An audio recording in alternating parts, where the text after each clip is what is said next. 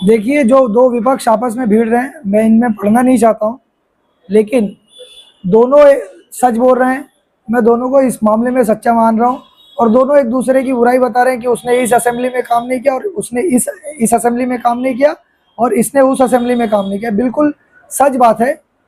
देखिए, एक मुद्दा आया था आचार्य कॉलेज के अंदर, हिजाब उतारा गया था लड़कियों का। ये मुद्दा पूरे बम्बई के अंदर 2 महीना चला, बॉम्बे हाई कोर्ट में गया, सुप्रीम कोर्ट में गया, लेकिन जो मुसलमानों का वोट लेके, चाहे वो मानपुर शिवाजी नगर असेंबली हो, चाहे वो बगल की जो असेंबली है उस असेंबली की मैं बात करूं, दोनों ही मुस्लिम और बड़े लीडर, दोनों ही की ज़बान खामोश थी। और ये आज आकर अपने आप को मुसलमान, एक दूसरे को मुसलमान, खुद को मुसलमान साबित करके मुसलमानों का वोट लेना चाहते हैं। लेकिन अगर आप गौर करेंगे, पिछले कई सालों से मुसलमानों के सारे मुद्दे, चाहे वो हिजाब का इशू हो, चाहे वो ट्रिपल तलाक का इशू हो, चाहे वो 370 का इशू हो, चाहे वो आपके बीफ बैन के इशू हो, चाहे वो कोई भी मुद्दे हो जिस पर मुसलमानों को परेशान करने की कोशिश की गई थी सरकार के द्वारा, उन सारे मुद्दों पर बेबाकी से अपनी राय रखने वाले और बेबाकी से बोलने वाले और लोकसभा के अंदर बिल फाड़ने वाले जो लीडर हैं वो जनाब असदुद्दीन ओवैसी हैं। तो मानपुर शिवाजी नगर के अंदर जो असेंबली है, इस असेंबली के जो लोग हैं इस बार मूड बना लिए हैं कि इस बार जो वोट जाएगा वो सिर्फ और सिर्फ जनाब असदुद्दीन ओवैसी के नाम पर जाएगा और इम्तियाज जलील साहब के काम पर जाएगा। और वो काम क्या है? नामूसे रिसालत के लिए, जब नामूसे रिसालत की तौहीन की गई, जब आप सल्लल्लाहु अलैहि वसल्लम की शान में तौहीन की गई और तौहीन करने वालों के पीछे जब यहाँ के सीएम खड़े हुए, तब यहाँ के जो नाम निहाद मुसलमान लीडर हैं, चाहे वो किसी पार्टी के हों, किसी नाम निहाद सेक्युलर पार्टी के लीडर हों, किसी की जबान तक नहीं खुली। लेकिन औरंगाबाद से एमआईएम पार्टी का दंडा झंडा छोड़कर इम्तियाज जलील साहब ने जब कूच किया और उन्हें थाने में रोक लिया गया, तब यहाँ के जो नाम निहाद मुसलमान हैं, जो मुसलमानों का वोट लेकर लीडर बने हुए हैं, उन्होंने यहाँ से थाने जाने तक की भी जहमत गवारा नहीं की और उन्होंने आवाज़ तक नहीं निकाली। तो इम्तियाज जलील का साहब का जो काम था, गोवंडी के जिंदा दिल लोगों को, जिन्हें नामूसे रिसालत से मोहब्बत है, जो नामूसे रिसालत के पैरोकार हैं, उन्हें ये काम बहुत पसंद है। और जब हम फील्ड पर उतर कर जा रहे हैं, लोगों से मिल रहे हैं, तो हमें सिर्फ एक ही रिस्पांस मिल रहा है कि नामूसे रिसालत बचाने वालों को हमको जिताना है।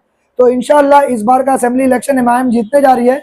और मैं यहाँ की असेंबली के लोगों से मैं ये वादा करता हूँ कि नामूसे रिसालत बिल जो हम ड्राफ्ट करेंगे इंशाअल्लाह, और ये बिल भी प्रेजेंट करेंगे कि हुजूर की शान में, या हजरत अली रज़ी अल्लाह तआला अन्हु की शान में, या ख्वाजा गरीब नवाज रहमतुल्लाह अलैह की शान में, या इस तरह से जो भी हमारे सेंट्रो सेंट पर्सनालिटी है इनकी शान में जो गुस्ताखी करेगा उसको कड़ी से कड़ी सजा हो, और उनको बचाने वाले जो एमएलए होंगे या चीफ मिनिस्टर हो उनका डिस्क्वालिफिकेशन हो। ऐसा एक्ट की हम डिमांड करने जा रहे हैं।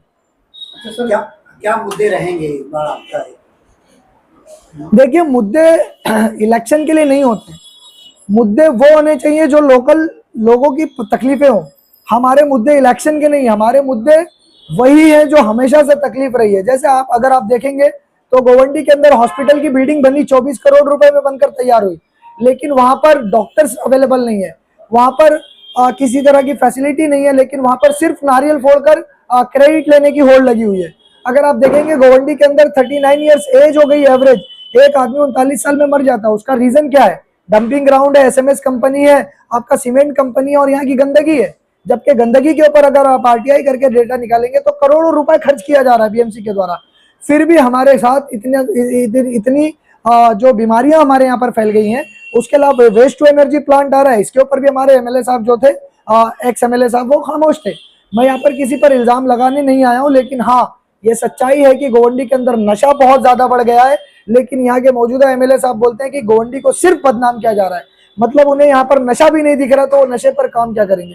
तो नशा हमारा एक मुद्दा होगा, हेल्थ हमारा एक मुद्दा होगा, एजुकेशन हमारा मुद्दा होगा, नामूसे रिसालत हमारे लिए सबसे बड़ा मुद्दा है, और यहाँ पर डिग्री कॉलेज लड़कियों के लिए हमारा मुद्दा है। यहाँ पर जो गरीब बच्चे हैं, यतीम बच्चे हैं, उनकी पढ़ाइयाँ छूट जाती है, ड्रॉप आउट रेट्स बहुत ज्यादा है। तो इन ड्रॉप आउट रेट को कम करने की कोशिश हम करेंगे। हर बीएमसी स्कूल के अंदर मैक्सिमम नाइट स्कूल की जो है हम नाइट स्कूल खोलने की कोशिश करेंगे और फ्री ऑफ कॉस्ट एजुकेशन देने की हम कोशिश करेंगे, और हम ये करते आए हैं। इसके अलावा जो गली रोड ये सारे काम जो है, अगर एमएलए ना हो तो भी ये सारे काम हो जाते हैं। लॉ एंड ऑर्डर जिस तरह से हमारे यहाँ का खराब हो चुका है, लॉ एंड ऑर्डर पर मजबूती से काम करने की कोशिश करेंगे। नारकोटिक्स डिपार्टमेंट के अंदर अगर हमारे पास कम पुलिस पर्सनल है तो हम चीफ मिनिस्टर के साथ डायलॉगिंग करके, होम मिनिस्टर के साथ डायलॉगिंग करके नारकोटिक्स के अंदर ऑफिसर्स बढ़ाकर नशे के ऊपर कंट्रोल करने का हम यहाँ पर काम करने जा रहे हैं। जनता में अब जा रहे हो, जनता में 171 माननीय शिवाजी नगर विधानसभा में, तो क्या लगता है कितना रिस्पॉन्स मिल रहा है आपको? अब लोग है ना काफ़ी परेशान है कि कुछ वीडियो वायरल हो रहे हैं तो उसमें ना उनके जो दिमाग को जो है डाइवर्ट किया जा रहा है, क्या लगता है? देखिए, जनता का रिस्पांस नेता देखे, वो जो यहाँ की जनता मुझे रिस्पांस दे रही है, एज अ नेता नहीं दे रही, एज अ बेटा दे रही है। और मैं जहाँ जा रहा हूँ मुझे हाथ बढ़ाकर मिलाने की जरूरत नहीं पड़ती है।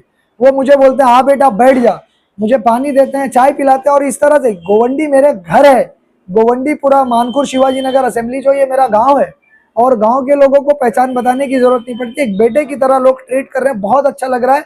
ऊपर से मेरे साथ जो ब्रांड है वो MIM का है, जनाब असदुद्दीन ओवैसी, अकबरुद्दीन ओवैसी और इम्तियाज जलील साहब ने जो काम किया है उस काम को लोग बहुत तेजी से एक्सेप्ट कर रहे हैं। और इंशाल्लाह आने वाली 23 तारीख को, नवंबर 23 तारीख को आप देखोगे कि गोवंडी के अंदर जिस जैसा हवा बनाया जा रहा है कि दो बड़े लीडर, इसका तख्ता पलट होने जा रहा है और हम हिस्ट्री क्रिएट करने जा रहे हैं इंशाल्लाह गोवंडी के मानखुर शिवाजी नगर असेंबली में।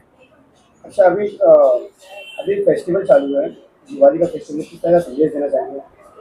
देखिए, दिवाली का फेस्टिवल हो जो चल रहा है, या ईद का फेस्टिवल हो, या वो क्रिसमस का फेस्टिवल हो, फेस्टिवल्स लोगों को जोड़ने का काम करते हैं, लोगों के अंदर इत्तेहाद पैदा करने का काम करते हैं। जो जिस तरह की नफरत की राजनीति फैलाई गई है पूरे देश के अंदर, इस दिवाली उस नफरत की राजनीति को कहीं ना कहीं धुएं में उड़ा देना चाहिए। पटाखे ना फोड़कर नफरत की राजनीति के पटाखे में लगाकर उड़ा देना चाहिए, फोड़ देना चाहिए, खत्म कर देना चाहिए। और देश के अंदर भाईचारा जो है स्प्रेड करना चाहिए। देश संविधान से चलेगा, संविधानिकता को स्प्रेड करना चाहिए और एक दूसरे से मिलकर देश को उन्नति के रास्ते पर ले जाना चाहिए। तो सुनने में ये भी आ रहा है कि जो 5 तारीख को, जो अक्टूबर की 5 तारीख को जो है MIM जो है बैठने वाली है। देखिए, ये जो अपोजिशन का खेमा है, बड़े बड़े लीडर हैं, इनके खेमों में एक जलजला सा आ गया है। अफवाह तो ये भी फैलाया जा रहा था कि MIM यहाँ से लड़ेगी नहीं, टिकट देगी नहीं, MIM सेट हो गई है। इस तरह की बातें करके लोगों को ये बहकाने की कोशिश करते हैं। MIM इलेक्शन लड़ने जा रही है। इन अफवाहों पर मैं जनता से कहूँगा कि ध्यान ना दे। MIM पूरी ताकत से लड़ने जा रही है और सिर्फ लड़ने नहीं जा रही है। 23 तारीख के दिन दो ऐसे बड़े नेता जिन्होंने मुस्लिम समाज का सिर्फ वोट लिया और मुसलमानों के लिए आज तक कोई काम नहीं किया, ऐसे दो बड़े नेताओं को अपने घर पे बिठाने जा रही है इंशाल्लाह।